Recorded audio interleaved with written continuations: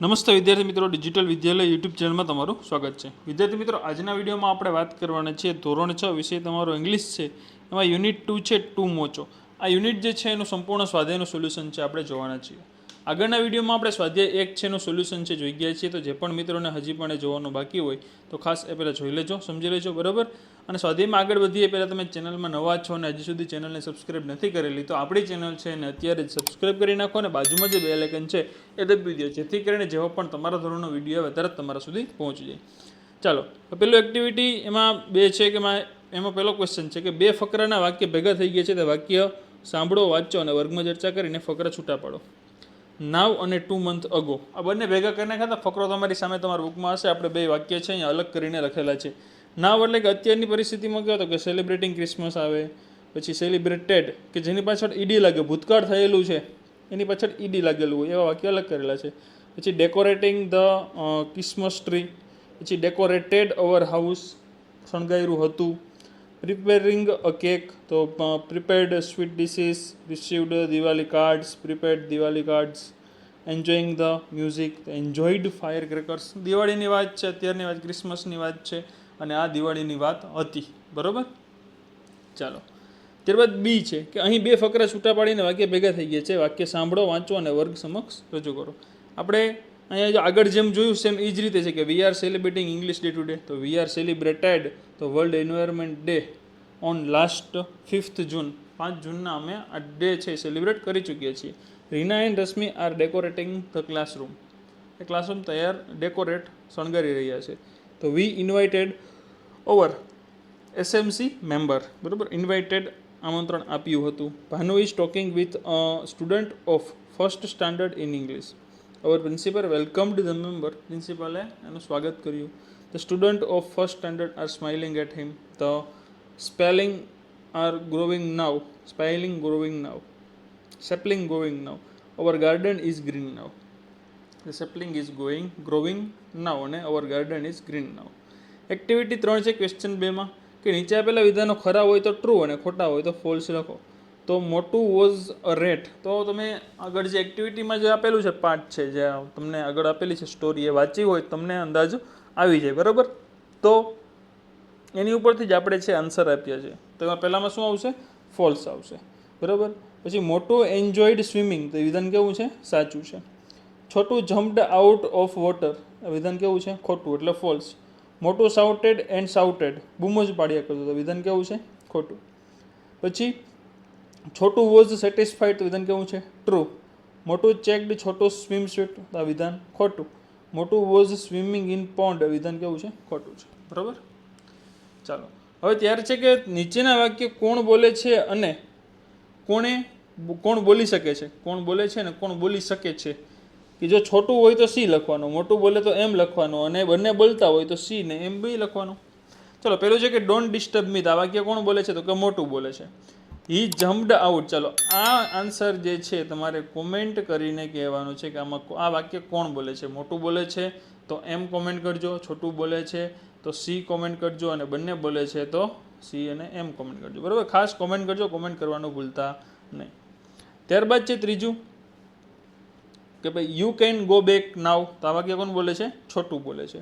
આઈ લવ swimming, એ કોણ બોલે છે? બંને બોલે છે, છોટું અને મોટું બંને બોલે છે. ત્યારબાદ છે આઈ એમ અ રેટ, એ કોણ બોલે છે? છોટું. આઈ હેવ અ ટેલ, બંનેને ટેલ છે તો બંને બોલે છે, છોટું અને મોટું. આઈ એમ અ બિગ એનિમલ, એ કોણ બોલે છે? મોટું, બરાબર. ચાલો, ત્યારબાદ આગળ વધીએ આપણે એક્ટિવિટી 4 તરફ. ક્વેશ્ચન નંબર 3, એક્ટિવિટી 4 કે હવે 3 દિવસ પછી મોટું તેના મિત્ર છોટુની મુલાકાતે ગયો, ત્યાં શું થયું તે જાણવા માટે નીચેના વાક્ય વાંચો. તેમાં જે શબ્દ ખૂટે તે યોગ્ય જગ્યાએ મૂકીને વાંચન કરો. જે ખૂટે છે મૂકવાના છે, જે ખૂટતા શબ્દ છે લખ્યા છે કે આફ્ટર અ 3 days મોટું વેન્ટ ટુ છોટુસ હાઉસ, બરાબર. હી પછી ખાલી જગ્યા, ત્યાં શું આવશે? હી કોલ્ડ. હે છોટું, કમ આઉટ, છોટું. પછી અહીંયા શું આવશે? Was not at home, Chhotu. Chhoti, his wife came out, any wife જે છે બહાર આવી. અને સી સેડ, અને તેને કહ્યું વેલકમ મિસ્ટર મોટું, મિસ્ટર મોટું તમારું સ્વાગત છે. વી ઓફર મોટું ફ્રૂટ ડીશ, મોટું રિપ્લાય, મોટું એ શું કર્યો? જવાબ આપ્યો, નો થેન્ક્સ, આઈ એમ ઇન હરી, મારે ઉતાવળ છે. વેર ઇઝ છોટું, છોટું ક્યાં છે? તો કે છોટીએ આન્સર આપ્યો, આન્સર્ડ કે હી ઇઝ એટ વર્ક, તે કામ પર ગયા છે. Motu said okay. Please give him this tie. It is a gift for him, એના માટે એક ગિફ્ટ છે, બરાબર. Motu reached to his house, Chhotu return આવશે અહીંયા, બરાબર. હોમ લેટ, મોડી થઈ. Chhoti showed him the gift, એને ગિફ્ટ છે એ બતાવી, અને he liked it very much, તેને ગિફ્ટ છે એ ખૂબ જ ગમી. હી સેન્ટ એન SMS, તેને એક મેસેજ મોકલ્યો. Thank you for the blanket, blanket આપ્યો એ બદલ આભાર, બરાબર. તો આ રીતનું છે એ પેરેગ્રાફમાં ખાલી જગ્યા પૂરવાની છે. ત્યારબાદ છે એક્ટિવિટી 6 છે, ક્વેશ્ચન 4 છે કે જૂથ કાર્ય કરવાનું છે. બોક્સમાં આપેલ શબ્દનો યોગ્ય ખાનામાં મૂકી કોઠો પૂરો કરો અને જરૂર પડે શબ્દકોશનો ઉપયોગ કરો. હવે અહીંયા છે કે ભાઈ વિન્ટર, સમર અને મોન્સૂન, કે શિયાળો, ઉનાળો અને ચોમાસું, આ ત્રણે ત્રણ ઋતુમાં કયા ફ્રૂટ છે, કયા વેજીટેબલ છે, કયા ફેસ્ટિવલ આવે છે, અને યુઝફુલ થિંગ, કઈ ઉપયોગી વસ્તુ છે એમાં આપણે લઈ શકીએ કહેવાનું. તો વિન્ટર એટલે કે શિયાળો, બરાબર. શિયાળામાં ક્યાં ફ્રૂટ હોય, તો કે એપલ હોય ને સુગર કેન હોય. વેજીટેબલ ક્યાં હોય, તો કે ગ્વાવા છે, કેબેજ છે, બ્રિંજલ છે, કોલીફ્લાવર છે, કેરેટ છે એટલે કે ગુવાર છે, કોબી છે, રીંગણ છે, બરાબર. પછી ગાજર છે. તો આવા બધા વેજીટેબલ છે આપણે ખાવામાં ઉપયોગ લેતા હોય. ફેસ્ટિવલ ક્યાં આવે શિયાળામાં, તો કે ઉત્તરાયણ આવે અને ક્રિસમસ આવે, બરાબર. પછી ત્યારબાદ છે કે ભાઈ યુઝફુલ થિંગ, આપણે શિયાળા દરમિયાન શું વસ્તુનો ઉપયોગ કરતા હોય, તો કે સ્વેટરનો ઉપયોગ કરતા હોય, સ્કાર્ફનો ઉપયોગ કરતા હોય, ને વધારે ઠંડી લાગે તો હીટરનો પણ આપણે ઉપયોગ કરતા હોઈએ છીએ, બરાબર.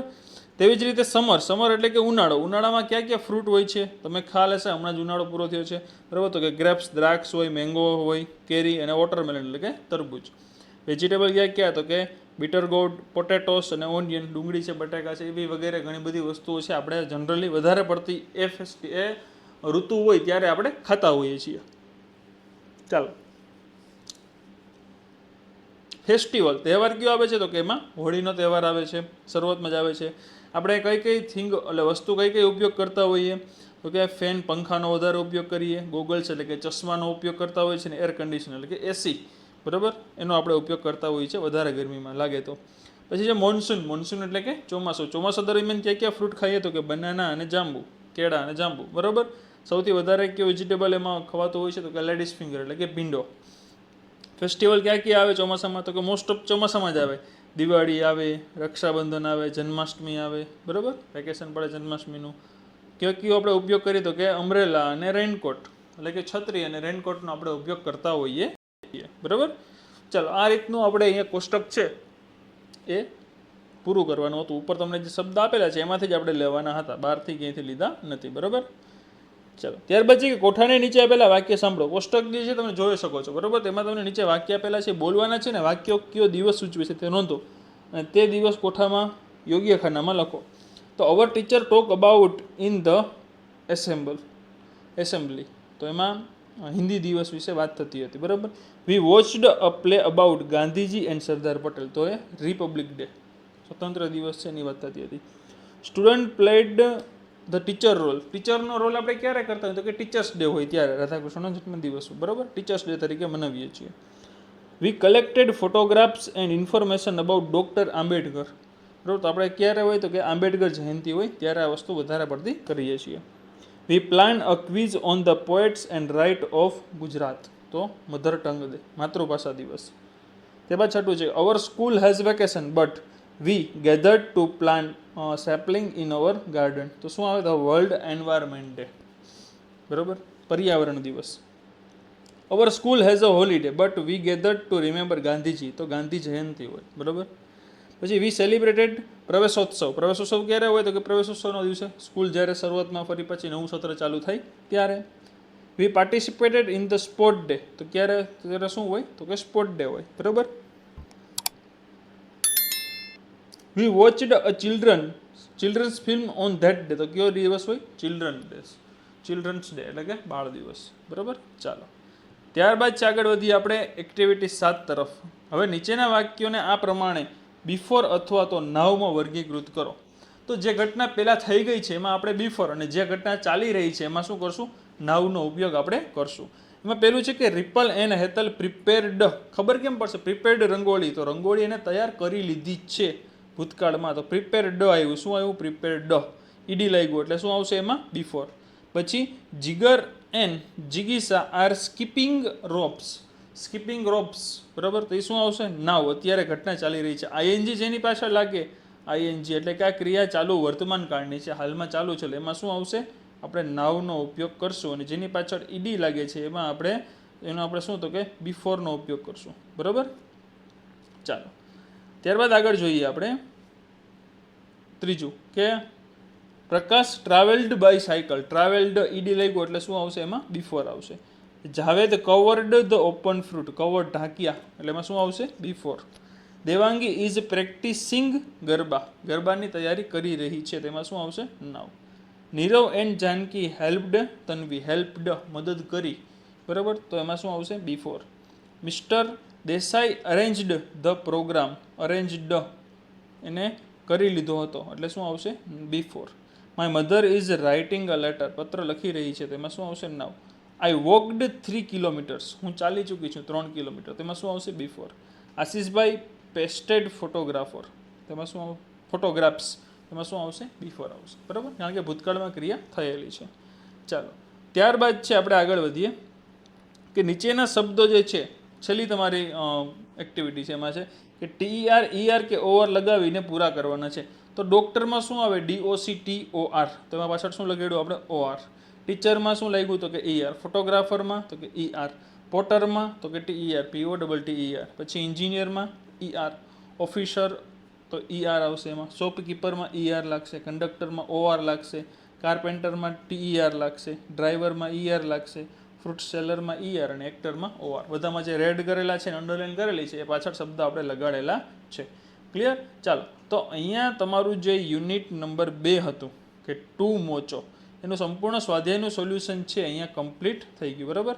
તો હવે આ વિડીયો છે તમારા મિત્રોને શું કરવાનું છે? પહેલાં તમારે શેર કરવાનો છે જેથી એને પણ સોલ્યુશન છે મળી જાય. અને તમારે જો આની PDF જોતી હોય તો આપણી જે વેબસાઇટ છે www.digitalvidyalay.in આ વેબસાઇટ જે છે એની ઉપર તમારે ક્લિક કરવાનું છે એટલે તમને આ સોલ્યુશન છે એની PDF પણ ત્યાં મળી જશે, બરાબર.